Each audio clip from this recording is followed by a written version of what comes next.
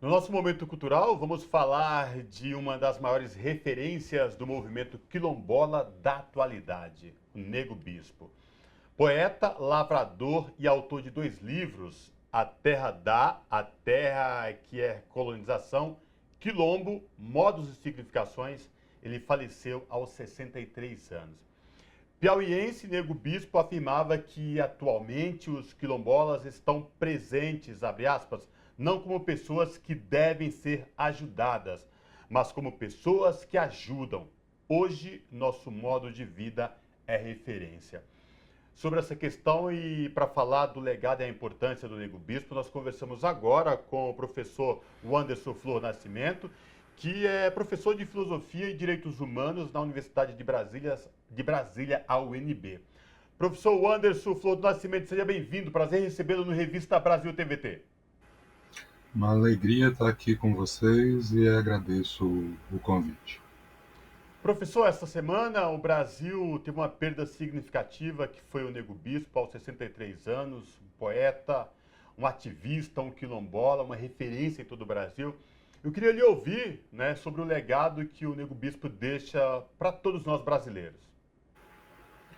Bom, de fato, uma perda inestimável e, ao mesmo tempo, é uma figura que deixou para nós, né, uma série de ideias, uma série de propostas de luta que, ao mesmo tempo, estavam vinculadas, né, com a proteção e com a reivindicação de direitos pela terra, direitos por não sermos, né, violados, não estarmos sempre sujeitos de violência e também de um pensamento que nos ajudasse a, de certa forma, estarmos inseridos nessas lutas. Né?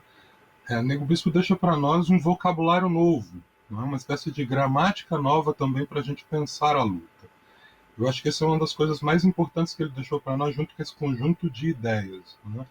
Porque essas palavras novas, esses conceitos novos, essas ideias novas que ele deixou para nós, também têm fomentado, sobretudo numa juventude que estava muito sem perspectiva, muito sem plataforma sobre a qual agir, né, um conjunto de ferramentas para se inserir de modo íntegro, né, de modo articulado nessa luta que não só está vinculado com aquilo que ele criticava em torno do colonialismo, mas também nas transformações e nas heranças malditas desse próprio colonialismo. Em como isso tem lidado, por exemplo, com aquilo que a gente chama de meio ambiente, né? Como isso tem atacado a nossa estrutura terrestre. Né? E tudo isso foi pensado por ele e ele nos deixa uma série de ferramentas para pensar sobre isso de maneira engajada e, sobretudo, né, tentando fazer com que o nosso pensamento fosse poetizado. Ele é um poeta também. Né? E isso foi muito importante para juntar a luta e o pensamento dele. E recorrendo inclusive a pensamentos de Nego Bispo, ele mesmo dizia que mesmo morrendo ele estaria vivo pela forma da forma como ele transmitiu o conhecimento. Ele tinha esse lugar também do conhecimento oral, né? Ele era uma pessoa letrada, escreveu livros, mas valorizava muito essa tradição, esse jeito de se viver e de se transmitir conhecimento, que era pela linha oral. Queria que você falasse um pouco dessa importância, porque também a oralidade para as nossas comunidades outras originárias, não só as quilombolas, é muito rico, né? É de onde a cultura se engrandece. Mas queria que você pudesse falar um pouco também desse processo dele de, inclusive, falar que o conhecimento não poderia ser uma mercadoria, né? Era algo que a gente deveria aí despender para os nossos próximos. É muito importante lembrar, né, que o lugar da oralidade que ele vai trazer para nós, né, de certa forma, é uma relação com a memória ancestral. Essa memória ancestral que não está registrada meramente nos textos que são frios, objetivos, que podem ser escritos ou lidos por quaisquer pessoas.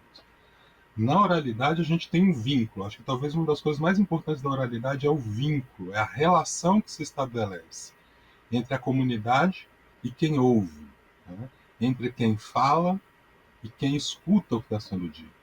Não é só uma relação entre um ouvido e uma boca, mas todo o entre que se coloca, né, nessa relação, que forma vínculo, forma responsabilidade, uma relação política com a memória, em um lugar, sobretudo, que é o que ele chamava atenção, de uma multiplicação, de um crescimento desse conhecimento. Porque na palavra oral, né, quando ela está dita, ela se espalha, ela se multiplica na medida em que é emitida.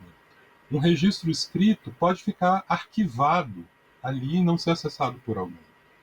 O registro oral só faz sentido numa comunidade que amplie, né, a quantidade de figuras que participam daquela relação de fala e escuta. Né? Embora o livro também possa fazer isso, mas não necessariamente, porque ele pode ser escrito e ficar numa estante, né, e não necessariamente ser lido. A palavra falada, ela está nesse conjunto de encontros, e de encontros que chamam a nossa responsabilidade, que fazem com que a gente se vincule, né, e se insira nessa relação com o conhecimento que se expande na medida em que as pessoas se encontram. E por isso ele não pode ser uma mercadoria. Né? Embora o livro possa ser uma mercadoria, não necessariamente seja, mas ele possa ser uma mercadoria, embora a palavra escrita possa ser uma mercadoria, né? O que é a característica fundamental desse saber que se expande no encontro é exatamente o fato de que a relação que se estabelece entre a comunidade, né, fortalece o conhecimento que está sendo transmitido ali. Isso valoriza o conhecimento e valoriza ao mesmo tempo as pessoas que estão envolvidas naquela relação de conhecimento, tanto quem ensina como quem aprende.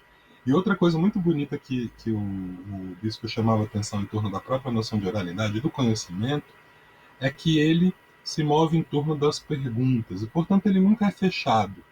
Ele está tentando compreender o mundo e os problemas que o mundo coloca para nós, né? E de uma maneira coletiva, né? Tentar nos posicionarmos com relação àquilo, né, que o mundo demanda de nós e coletivamente também podermos intervir. Então, outra coisa bonita dessa noção de conhecimento que o bispo deixou para nós é que ela nos coloca em rede, nos coloca de novo num coletivo, num tecido comunitário, que muitas vezes tem sido perdido, inclusive no âmbito da luta política. Muitas vezes a gente tem visto a luta política ser muito vinculada na figura de um indivíduo, personalizada. Nessa relação do conhecimento, ela tem que ser horizontalizada e coletivizada. E, professor, falando dessa ancestralidade da qual o senhor se referiu do Nego Bispo, falar de uma pessoa que veio do interior do Piauí, do Nordeste brasileiro, né, que reforça essa questão da ancestralidade. Eu queria que o senhor pudesse fazer uma análise do legado disso para as próximas gerações em cima da figura de Nego Bispo. Bom, Bispo sempre dizia, né, que o pensamento dele ele era um tradutor do pensamento ancestral. Seu próprio pensamento, o pensamento de Nego Bispo, era uma tradução desse pensamento ancestral, que muitas vezes ele chamou isso de geração avó, né, numa espécie de vinculação política, né, de continuidade, em pensar que as lutas nunca começam agora. Ele, por exemplo, vai localizar a potência das lutas quilombolas remontando a Palmares, por exemplo. Ou seja, pensando que a luta quilombola de hoje não começa hoje. Ou seja, esse aprendizado acumulado na luta, né? E essa transmissão desse aprendizado, né? Que fortalece, porque vai juntando elementos, vai experimentando o que deu certo, avaliando o que não deu certo, e se fortalecendo no caminho. A ancestralidade é muito importante porque ela nos entrega também, além desse acúmulo de conhecimentos no tempo, que a cada vez se renova em cada geração que nasce, ela também nos fornece uma série de perspectivas de ferramentas para entender as armadilhas que a luta precisa enfrentar. Né? Ou seja, a ancestralidade também aparece como uma espécie de farol né, que vai mostrando, né, perigos pelo caminho. E isso chega até nós, porque a ancestralidade não está no passado. A ancestralidade, na interpretação que tinha Nego Bispo, ela é uma projeção, uma relação entre o presente e o passado. Ela não é aquilo que acabou, não é aquilo que já não é mais, é aquilo que vive em nós como herança do que nos precedeu.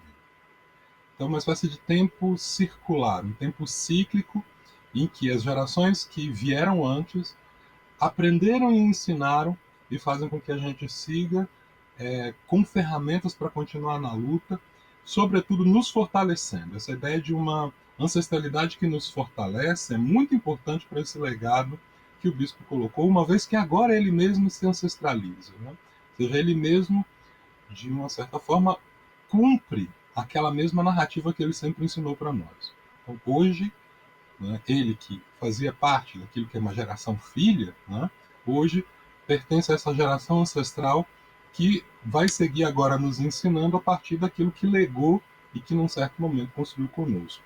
O que faz com que a gente, obviamente, fique triste com a partida dele, mas entenda que o que ele anunciava para a gente não poderia ser de outra forma. Né? E que bom que a gente consegue se despedir dele no momento em que a gente reverencia o seu pensamento. E não um esquecimento que muitas lideranças quilombolas, muitas lideranças políticas, muitas lideranças negras ou indígenas têm sido legadas. O esquecimento.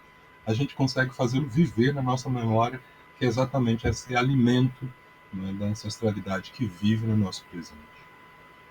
E, professor, para a gente encaminhando para o final, o senhor mesmo trouxe um elemento importante de referenciar que uma população jovem agora busca em Nego Bispo esse lugar de conhecimento, né? Esse lugar de trazer referências.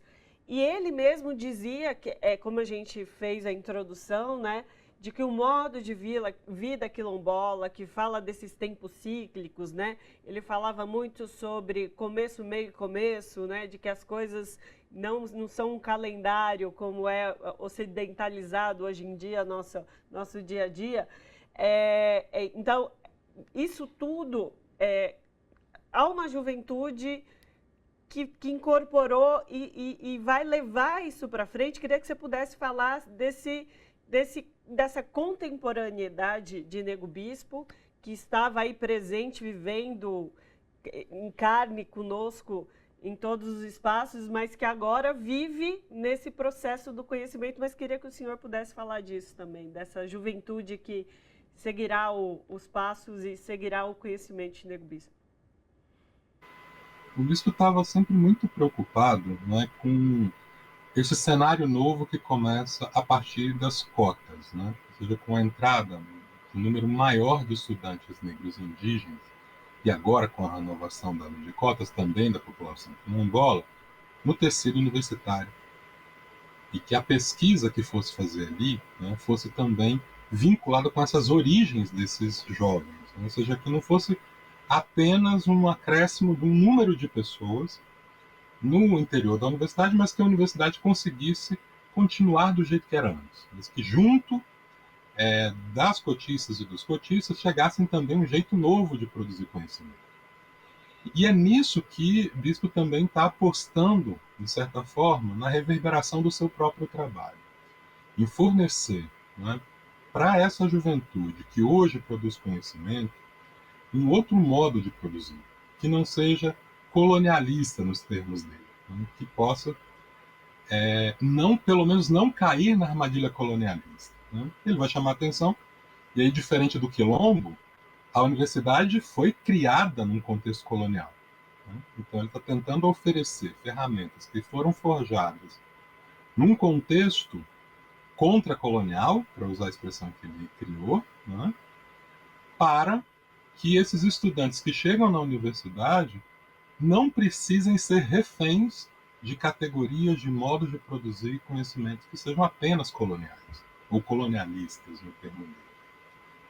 Então, acho que uma das riquezas de Bispo, né, é provocar nós que estamos nas universidades. Esse foi, inclusive, o meu ambiente de contato com ele em 2013, em que a gente trabalhou junto no encontro de saberes em que eu representava o professor acadêmico que estava construindo conhecimento, mesmo politizado, no interior da universidade, e ele vinha com esse saber ancestral. E essa cobrança bonita que ele fazia de que a gente não criasse um ambiente de colonização desses estudantes. Isso, de uma certa forma, modificou muito minha própria prática enquanto professor e como pesquisador na universidade.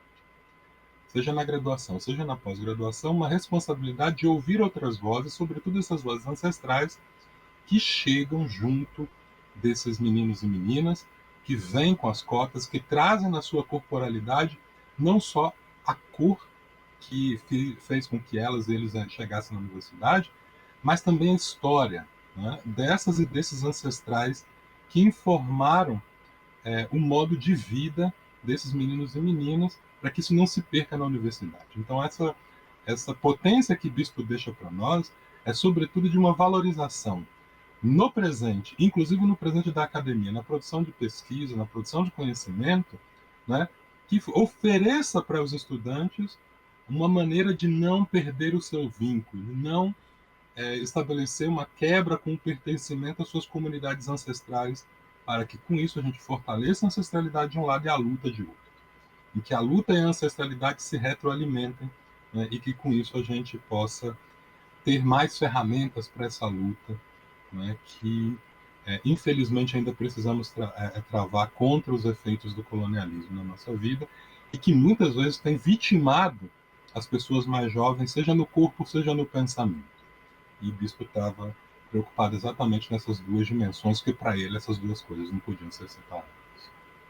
Perfeito. Conversamos com o Wanderson Flor do Nascimento, que é professor de Filosofia e Direitos Humanos da UNB, e falamos aí sobre a figura de Nego Bispo, que infelizmente nos deixou corporalmente essa semana.